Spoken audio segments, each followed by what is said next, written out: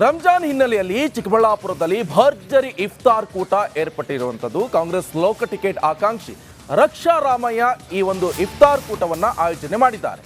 ರಂಜಾನ್ ಹಿನ್ನೆಲೆಯಲ್ಲಿ ಚಿಕ್ಕಬಳ್ಳಾಪುರದಲ್ಲಿ ಭರ್ಜರಿ ಇಫ್ತಾರ್ ಕೂಟ ಇದು. ಕಾಂಗ್ರೆಸ್ ಲೋಕ ಟಿಕೆಟ್ ಆಕಾಂಕ್ಷಿ ರಕ್ಷಾ ರಾಮಯ್ಯ ಈ ಒಂದು ಇಫ್ತಾರ್ ಕೂಟವನ್ನು ಆಯೋಜನೆ ಮಾಡಿರುವಂಥದ್ದು.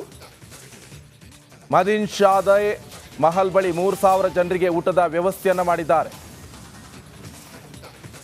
240 ಕೆಜಿ ಚಿಕನ್, 360 ಕೆಜಿ ಮಾಂಸ, 75 ಮಟನ್ ಚಾಪ್ಸ್ ಹಾಗೆ ಟಿಕೆಟ್ ಸಿಗುವಂಥ ನಿರೀಕ್ಷೆಯಲ್ಲಿದ್ದಾರೆ. ಚುನಾವಣಾ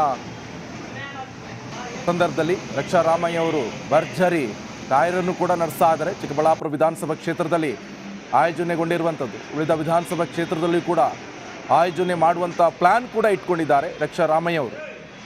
ನೋಡಿ, ಭರ್ಜರಿಯಾಗಿ ಊಟ ಮಾಡ್ತಾ ಇದ್ದಾರೆ. ಇಫ್ತಾರ್ ಕೂಟ ಇದು ಚಿಕ್ಕಬಳ್ಳಾಪುರದಲ್ಲಿ ಆಯೋಜನೆ ಮಾಡಿರುವಂಥದ್ದು. ಕಾಂಗ್ರೆಸ್ನ ಲೋಕಸಭಾ ಎಲೆಕ್ಷನ್ನಲ್ಲಿ ಟಿಕೆಟ್ ಆಕಾಂಕ್ಷಿ ಆಗಿದ್ದಾರೆ ರಕ್ಷಾ ರಾಮಯ್ಯ ಅವರು. ಆದರೆ ತನಗೆ ಟಿಕೆಟ್ ಸಿಗುತ್ತೆ ಎನ್ನುವಂಥ ನಿಟ್ಟಿನಲ್ಲಿ ದೊಡ್ಡ ಮಟ್ಟದ ಒಂದು ಇಫ್ತಾರ್ ಕೂಟವನ್ನು ಆಯೋಜನೆ ಮಾಡಿರುವಂಥದ್ದು. ಮದೀನಾ ಶಾದಿ ಮಹಲ್ ಬಳಿ 3,000 ಜನರಿಗೆ ಊಟದ ವ್ಯವಸ್ಥೆಯನ್ನು ಮಾಡಿದ್ದಾರೆ. 240 ಕೆಜಿ ಚಿಕನ್, 360 ಕೆಜಿ ಮಾಂಸ ಹಾಗೆ 75 ಕೆಜಿ ಮಟನ್ ಚಾಪ್ಸ್ ಕೂಡ ಇದೆ. ಇದರಲ್ಲಿ ಟಿಕೆಟ್ ಸಿಗುವಂಥ ನಿರೀಕ್ಷೆ ಕೂಡ ಇಟ್ಕೊಂಡಿದ್ದಾರೆ ರಕ್ಷಾ ರಾಮಯ್ಯ ಅವರು.